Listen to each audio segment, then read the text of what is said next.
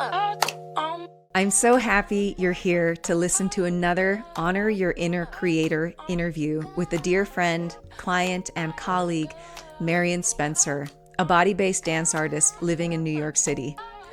I've known Marion for years, and I had the pleasure of coaching her and watching her in non-linear ways reach her goals, which included getting institutional support to share her first evening-length dance in New York City. And she also received a Bessie New York Dance and Performance Award nomination for that same work. A Bessie is the New York dance world's equivalent of something like an Oscar.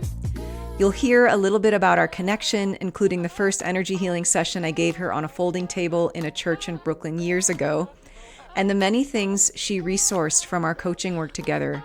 She talks about her journey with trust, prioritizing rest, slowing down, and transforming resistance into softening and surrender. At the end, there's also a great share about the humble dailiness of sharing your brilliance. And when we recorded this, Marion was deep in a surprising entry into grad school at NYU. I hope you enjoy this interview, share it with your friends, like it, and comment on it, because I am on a mission to help people remember and acknowledge just how important it is to honor your own inner creative voice and journey in the world at this time. You are designed to bring that creativity into the world with success and satisfaction, and we don't want to miss out on your brilliance.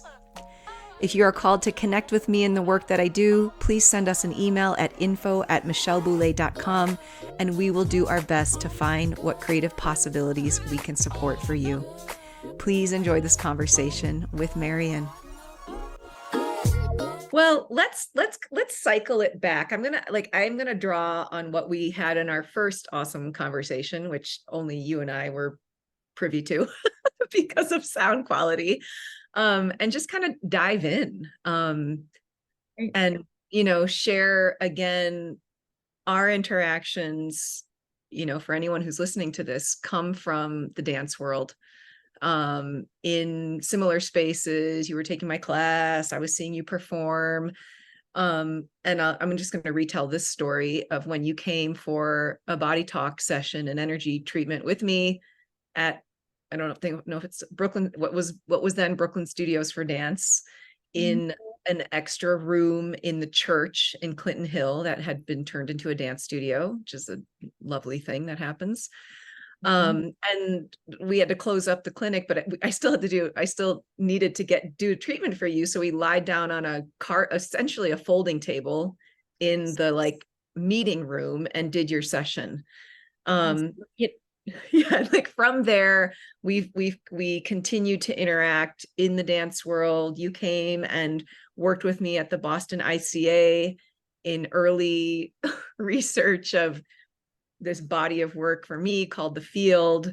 And then we worked together in this coaching container. And the last time we spoke, I'm curious what you have to say today. But there were some really beautiful things that you shared around trust, around grounding. We came together in this work for you in whatever you want to share about a challenging moment, and how these various pieces came together, including your Bessie nomination for an emerging choreographer, wanting, when we were working together, to have institutional support. And I feel like you shared so much about how the time we had together, you used this great metaphor. If it was like going to the American Dance Festival as a student, where you're in 6 weeks of intense work, and then it processes for 6 months following that. So those are just some of my highlights of memory. And I think maybe we can just dive in from there and see what you want to share today. Really, thank you for, thank you for circling that back around. And it's so wonderful to be in that container of that conversation. I think trust is something that I still reflect upon, and think that I will for forever, and think that this work with you was one of the largest groundings into trust that I've really had in my life, which is pretty incredible to name actually and reflect upon. But just this idea that what is happening and what is unfolding is okay and meant to be, and that even if you don't understand or know why it's happening or unfolding in a certain way, that it's the right way for you, is something that really was so hard for me to sit with for so long. And I think working with you, it's like, because it's not just coaching work, right? Because you do so much embodiment practice and work as part of the coaching work. And that is a place where you and I really met, right? Is in dance and movement and somatics and body work. And I think say too, like being an artist, right? Like that piece too. yeah, and just those, like, one of the most incredible things about being an artist is, and being a body-based artist, is that how information comes from a space of intellect and how it isn't processed until it really goes through the body and manifests in the body. And I think that to me is where trust, like I feel like the work with you was like so much of this, of like understanding. And I feel like we were doing the body work, but then it took time for it all to like settle down. And that's like the 6 months of ADF processing, of, it was funny. And I think I said this to you in the summer when we had our first conversation, of like, I feel like it was almost so simple. It's like, I feel like I woke up one day, like probably 6 months after we had stopped working together, and was reflecting upon something, some email I got, or yes, and it probably wasn't anything significant, some acceptance or some rejection or something. Oh, this is what's unfolding, or this invitation for something. And I was like, yeah, I trust. Like, I just trust in the space of not knowing, or trust in the space of invitation, or a no, receiving a no. And I think it's interesting because even with grad school, right, which is it's funny because it actually doesn't feel that huge to me because I'm still living in my home, and it's like I've rehearsed at NYU so much. And so it's funny when I tell people not in the dance world that I'm in grad school, and they're like, oh, that's so huge. And I'm like, yeah, I know that it's a big deal. Obviously, it's a big investment and it's a big commitment and all of that, but it sort of just almost feels like a residency or something that's obviously taking up a lot of my time and like growing my brain and my body and all of that. But it's really, it's like that time of just entering in and trusting, right? And I think there was a lot of ways that I needed to call upon the work that you and I did in the last few months, of a big, I mean, the last time that my life changed as abruptly as it changed at the end of August, early September, was March 2020, when the COVID pandemic began and everything was shut down. And that was an incredibly abrupt life transition that happened because of something really sad and really scary, for the world collectively. And this is for something very exciting and joyous. And I really acknowledge that. But it was in no ways not any less abrupt or shocking or dramatic to sort of all of a sudden be like, wow, what I thought my week looked like is now completely different. And, that's a lot.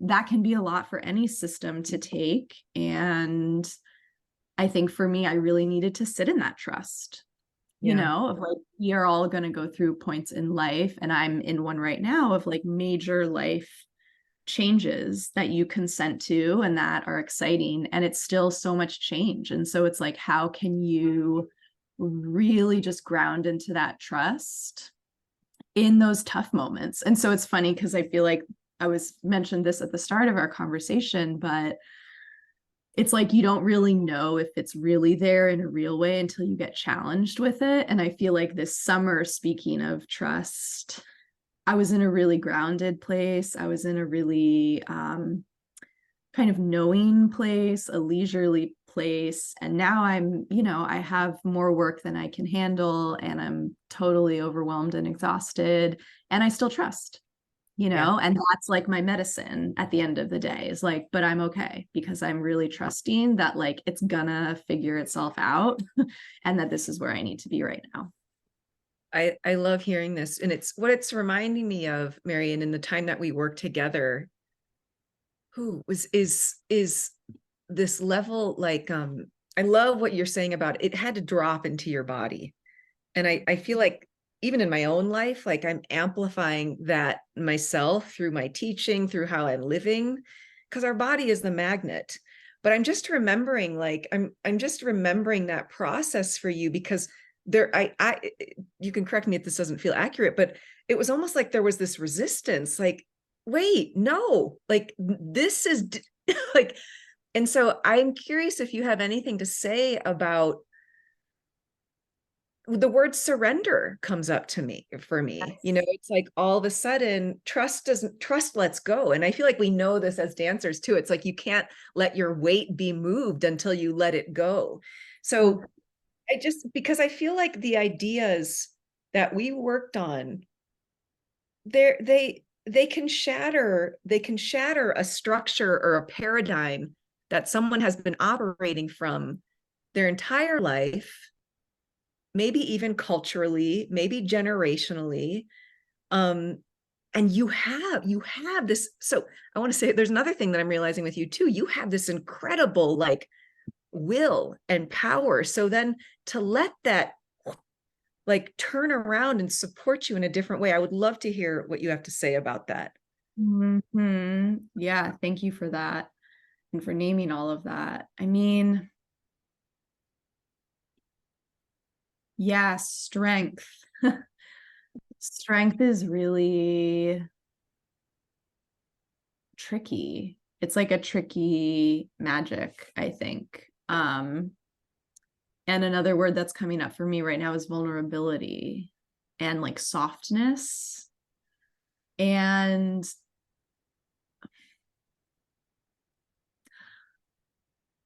I think in relationship to this work with you, there was a real invitation. I still remember writing down in my like journal and notebook, like softening and like feminine and magic and like water and the moon, and really like rest and leisure and pleasure and joy. Like all of that started coming in at kind of the end of our time working together. And I'm just so grateful that it did, because it remains the hardest thing for me. Like I was literally just talking like literally an hour ago about how I still don't think I really know how to rest. And I mean, that's also particular to this moment that I find myself in, of um being quite busy, which is when I absolutely even more need to find rest, And so but yeah, I think there's something about softening into it. And I don't know, I think the strength and the resistance, or the resistance felt like a strength for so long, I think, for me. And excuse me, I think it was likely I don't know, I just think of it as a shell. It was a protection, and I don't fault myself or judge myself for that. And I think that was just sort of how I got through for a really long time. And then there was a moment I really gave myself slow time. This is actually something huge that I will say to you, because it relates to rest. And I really triumph about this. Last winter, so I had this show premiere last October that you sort of supported me in the designing and dreaming of. And it premiered around this time last year, actually. And then I swear for November, December, and solidly January, I did not work Friday, Saturday, Sunday. I just made the decision that I was only going to be at work 4 days a week and that I needed 3-day weekends. And I was like, this is something I need for this winter after coming out of an incredibly busy time of working a lot.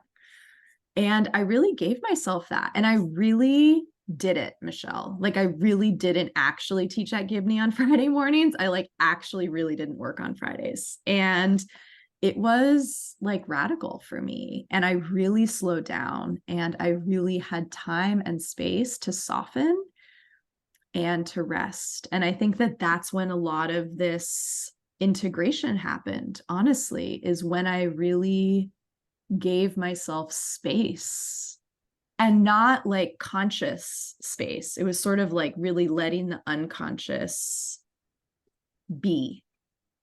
Yeah. And yeah. And so I think, you know, thinking of this work and also thinking of just how I bring myself to the world, I think it really changed a lot in me to just really, for kind of a season, you know, that whole winter. Because then in February, I started doing Pilates teacher training. But even that, I mean, that whole winter, it was, in many ways, it was like the least productive time for me. And in many ways, it was the most productive time for me because I was able to think and dream, you know, about, you know, going to Pilates teacher school, starting craniosacral, starting grad school. Like all of those thoughts and dreams were starting to happen during that time. And I was like, well, let me just sit with all of this, right? Like, I don't need to apply right now. I don't need to do, I can just sit with these ideas and these dreams and write about them and meditate about them. And so that's the first thing that comes to mind for me with you now is like, and that took planning and that took scheduling and that took like boundaries of just like, I'm sorry, I'm only available Monday through Thursday. Like, that's just when I'm available. But yeah, sort of identifying in myself that that was something that I needed to really give myself that space to rest, soften, be more vulnerable, and sort of tune in. Yeah, and I feel like that is like beautifully illustrating the flip of how your perspective, your being, your mindset, your body shifted around your very own radical nature. You know, because I feel like your radical nature and will as an artist and like an activist was like, I got to be out there doing, I got to put my energy out there in this way. And so, okay, here's this other approach, which is also, you know, we didn't talk about this much because I wasn't working as deeply with human design. There's something very projector nature about that, right? Like for you to go into that self-care, to gather that insight, to then be a guide in a different kind of way.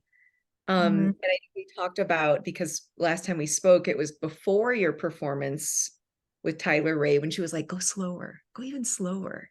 Yeah.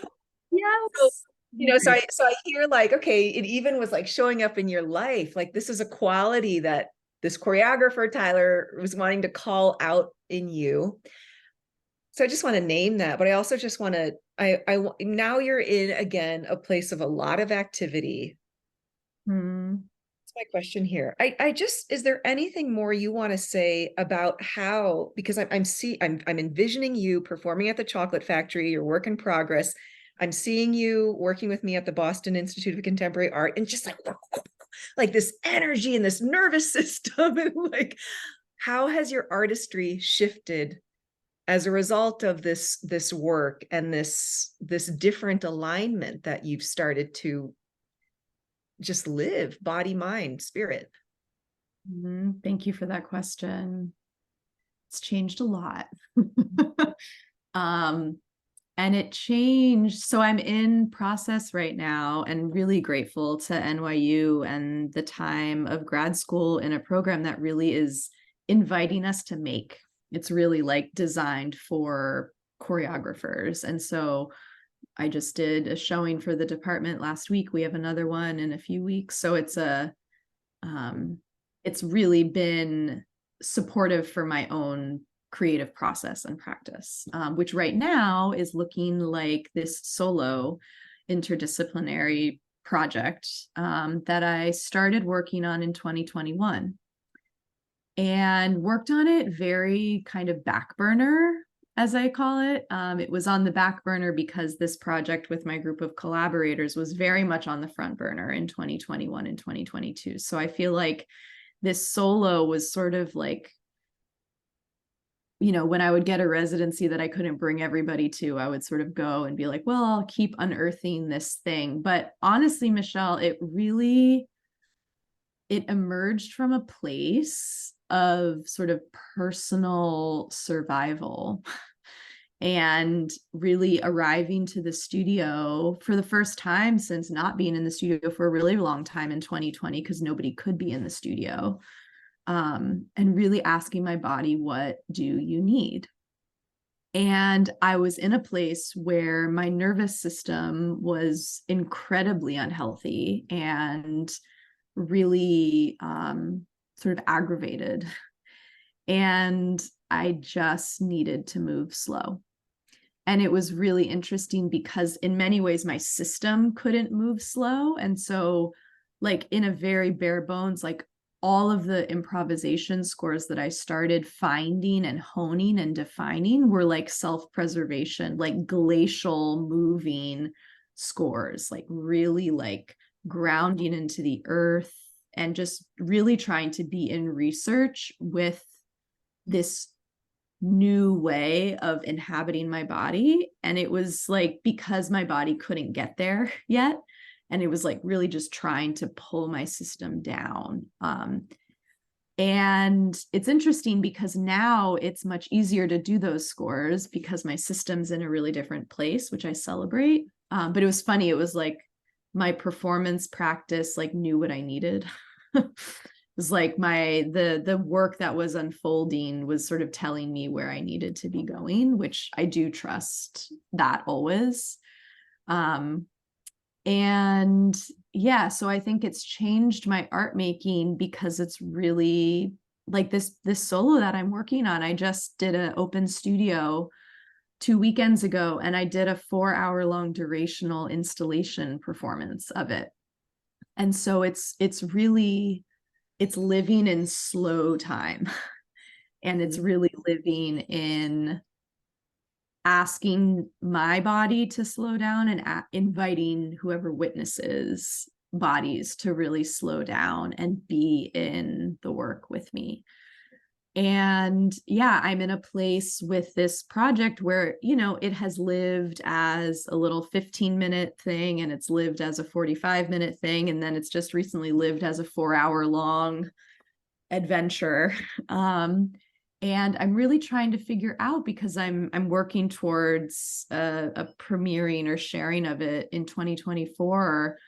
And I'm really trying to figure out what kind of container it wants to be held in, because I'm not so sure anymore that it wants to be sort of a 45 to 60-minute long evening length dance. I know that it can become that, but I actually don't know if that's the container it wants to be held in because of how it's developed. So yeah, I think it's radically changed my art making practice. And it's also given me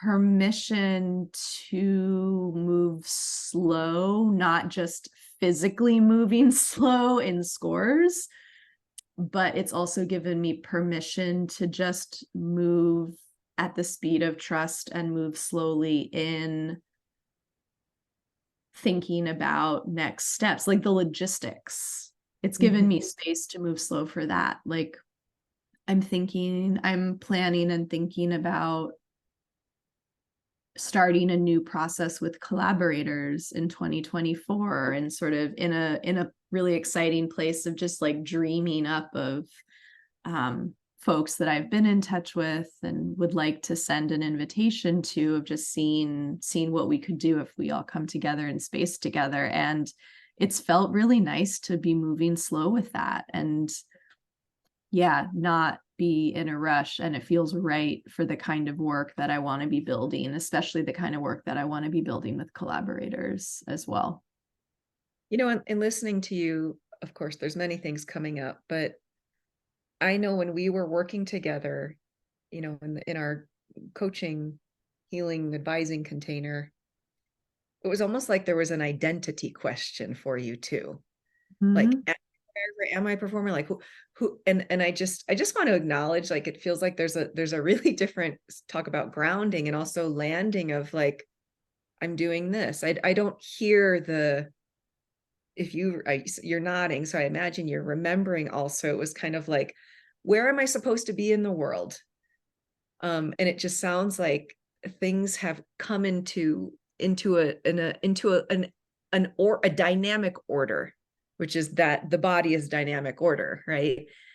And one other thing I want to say here too, which is just, I want to say this because it's so important for me in my own work, and then for anyone I work with. Like, your life is your it's your creation.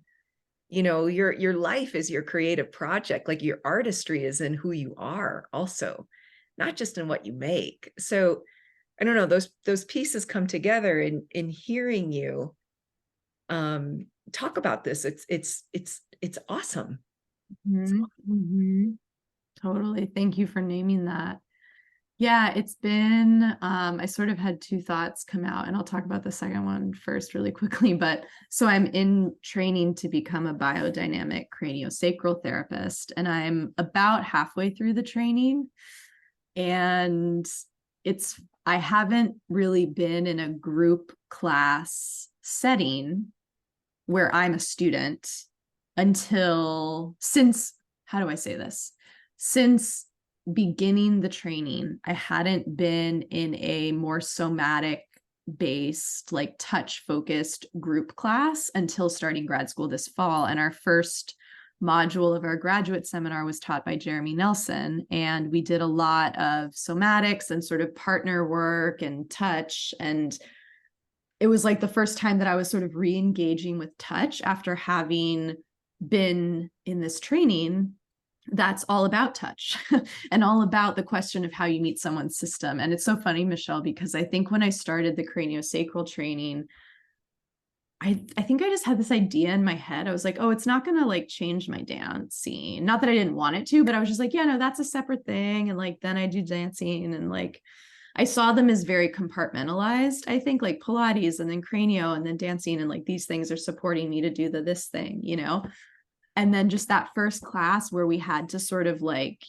do some touch improvisation warm up with our partner. It was at the end of it, Jeremy was like, so how was that for you all? Let's reflect. And I just was like, oh my God, touch. And just, it was like, wow, this program that I get to be in right now, learning so much, meaning the cranio program, like just learning about how you meet someone's system and how you hold someone's system. It's like, has been so transformative for my dancing and life, just like how I meet anybody's system on the street, And yeah, I feel really grateful for that. And it's like absolutely transformed how I, touch someone's back in an improvisation exercise, like that alone is huge. So Yeah. yeah. Thanks for saying that too, because it's, I feel like we have embodied memories of this as dancers too. And then it was removed during the pandemic. But just in hearing this, there's a quality, like, I feel like I'm sitting back more in, Yes. and it's like, okay, there's a different field. So it's like I feel like we're bringing in the blessing also of the somatic practices of our artistry, Mm-hmm. weave that in. And I guess I want to also just, we've talked about trust, and I feel like we've taken a journey with that. I'm curious if there is another, I don't know, like a biggest surprise from the work we did together. I mean, trust is huge, but is there anything else that you want to share that you feel like was sort of birthed or nurtured or blasted in, from our concentrated time together? Something about letting go and joy, I think, which feels related to all of this, but also feels like a new tentacle, I think, of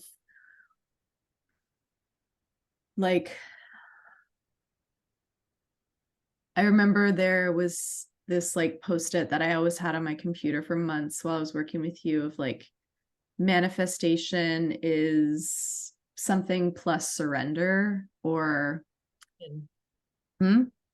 tension and surrender. Was that what it was? Yes, yes, of just like this combination of like, having an intention for something and sort of, logistically doing whatever you can to make that happen, but then also that 50% of it is just letting go. And I think that it's like, I don't think about this a lot, but it, is something that has changed aspects of my career and my life and may continue to. But it felt even more significant to me that I received this Bessie nomination while I was literally in the woods trying to be like social media free for the week and really just unplug. And, I wasn't being recognized for the work that I was doing that week on vacation, but there was something that felt significant to me about that moment of like, yeah, just sort of letting go and being like prioritizing yourself and prioritizing joy. And yeah, sort of just like releasing. I think Oh, that was like a huge for me.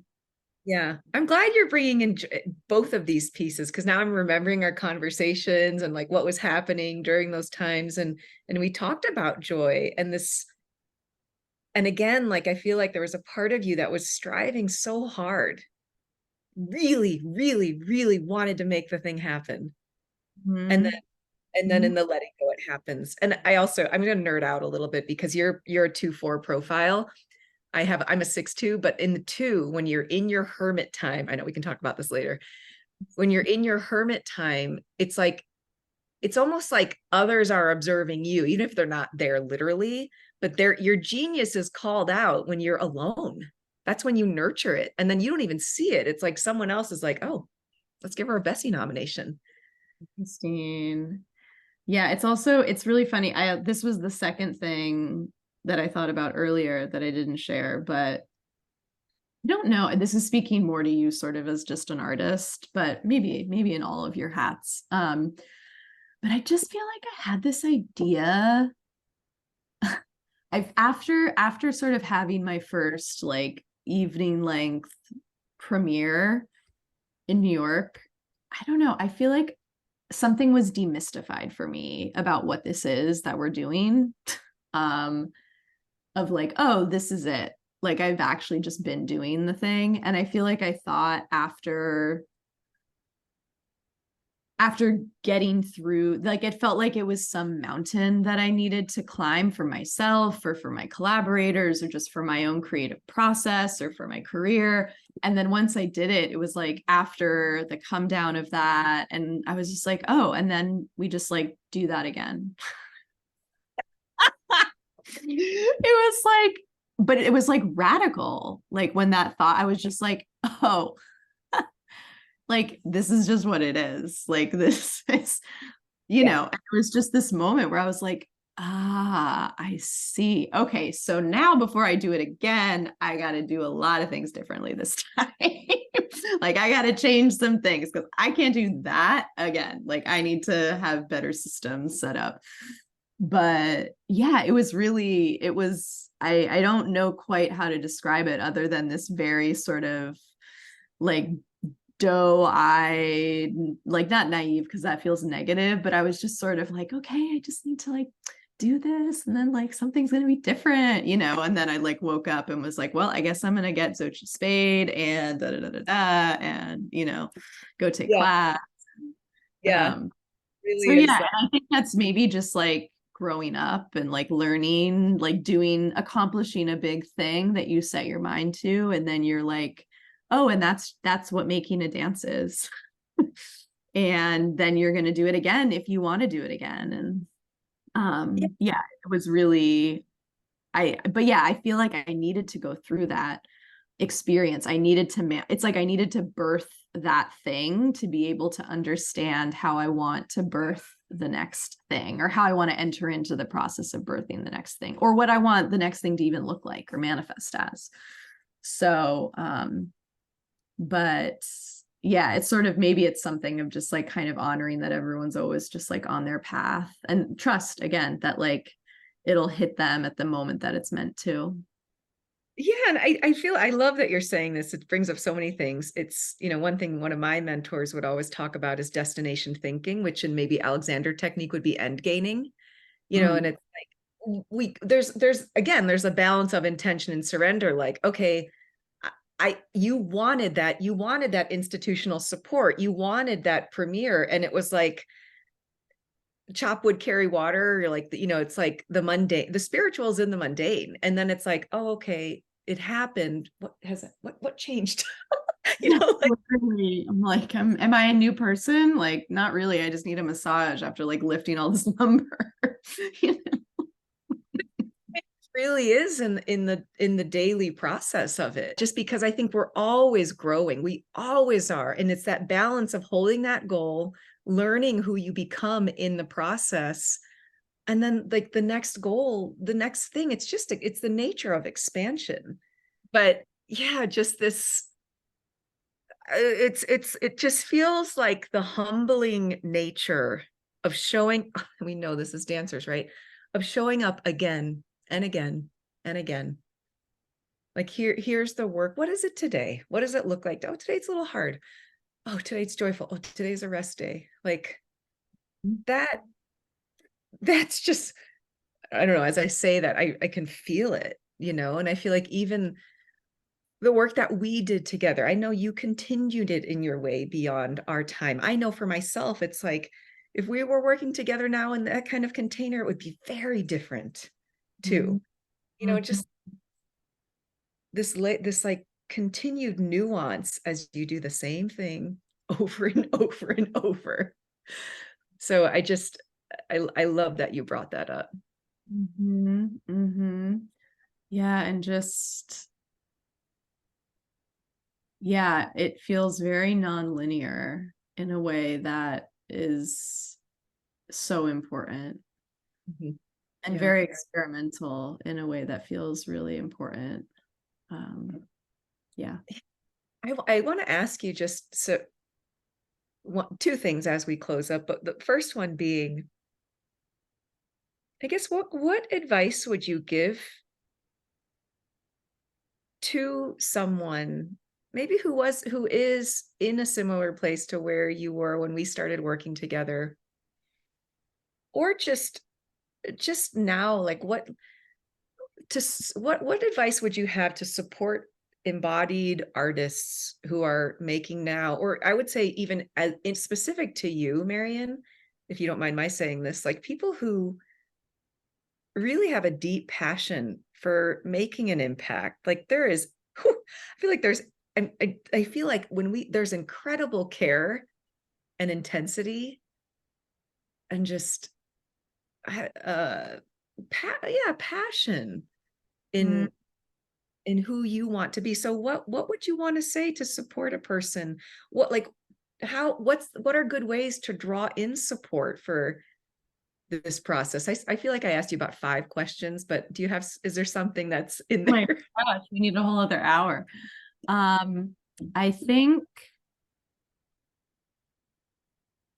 it has to do with knowing. Well, this was advice that was given to me years ago, Okay. of following what inspires you and following the folks who inspire you, the teachers who inspire you. And I think really knowing who you are, really knowing why you are doing what you're doing, and yeah, really knowing where you come from are Mm. questions that I try to sort of reflect to myself a lot. Like, who are you? Where do you come from? Why are you here? Like, Yeah. why are you in this right now? And I think I always just go back to those basics. And I think I would encourage anyone who's a body-based artist to stay dreaming your wildest dreams and really stay open to how you can figure out how to do that. Like belief. Like really staying open and staying dreaming and yeah, really, really believe in yourself. There's, yeah, your people, like knowing who your people are and letting yourself be held by your community and letting yourself be challenged by your community and asking for help when you need it is a big one. Like really ask for help. Like don't do it alone. Mm-hmm. Don't do it alone. Yeah. Mhm. Side note, I'm remembering the ladder story when we were working together. Like you did not want to ask for help. And I remember that. It's so, and just to hear you say that is, and to give such beautiful advice, just thank you. Which is really funny because there are two ladders in my solo project that I'm currently working on. Kind of because of that moment, like, yeah. Synopsis was like you got hurt on the ladder, and it was like I remember like challenging to how to get help, what to keep going, like I got to keep going. So Yep. I just feel the landing of all that you have done in your process. I am like eagerly anticipating the next time I get to see you perform or how you're sharing your work. And oh, Mhm. I'm just curious about the legacy that you are going to leave for the people you're here to touch as an Mhm. artist, no pressure, but just, you know what I mean? Like, No pressure. That's like, very kind of you. but you know what I mean? It's just like, I feel like we're all here to affect a certain community of people. And I feel like to have another artist who is aligned with a really particular kind of integrity and questioning and process. Because like you said, it was like, you made the show. It's like, oh wait, it really is about all of this underlying like continuity of Mhm. what's how we relate to that and the various landmarks. So I guess the final thing I want to ask you is where can people find out more about you? Ooh, that's a great question. People can go to my website, www.marion-spencer.com. People can sign up for my mailing list, which you can do on my website. I am on the socials. I am on Instagram. I sort of check it like I check my email. So, once a day, twice a day, if I'm lucky and boundaried. But yeah, I'm easy to find and I love to connect with people. So shoot me an email, shoot me a DM. I teach class for mostly adults of all stages of mover. And then we have a main stage show, which will be sort of the soft premiere of this solo that I've been working on in early May at NYU. And stay tuned for hopefully a fall 2024 New York premiere somewhere. Okay, last thing, just one word or sentence that you want to leave people with. I guess I'll say this because this was the last um, thing that I thought of what advice would you offer people? But like, what do you want your day to look like?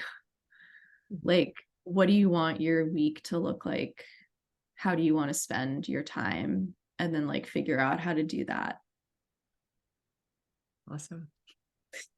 That's so fun. Yeah, it's so funny as we hear as you say all these things, I'm just remembering like the conversations we had, and so thank you for this time, Marion, and I know we have more conversations to be had. Definitely. Thank you, Michelle. This was such a wonderful container to be held in. So thank you. Thank you so much for listening. I would love to hear your takeaways in the comments below, so please type them in. And of course, like the video and subscribe to my channel, as we will be posting more of these conversations and other great content. And why not share this with a friend or a loved one that comes to mind? Who is that person? There's real power in connections, especially when we're taking a transformational journey. If you want to connect with me about the work I do with creatives, wellness practitioners, artists, etc., please send us an email at info@michelleboulet.com. Have the most wonderful rest of your day, and here is to your abundant, boundless creativity.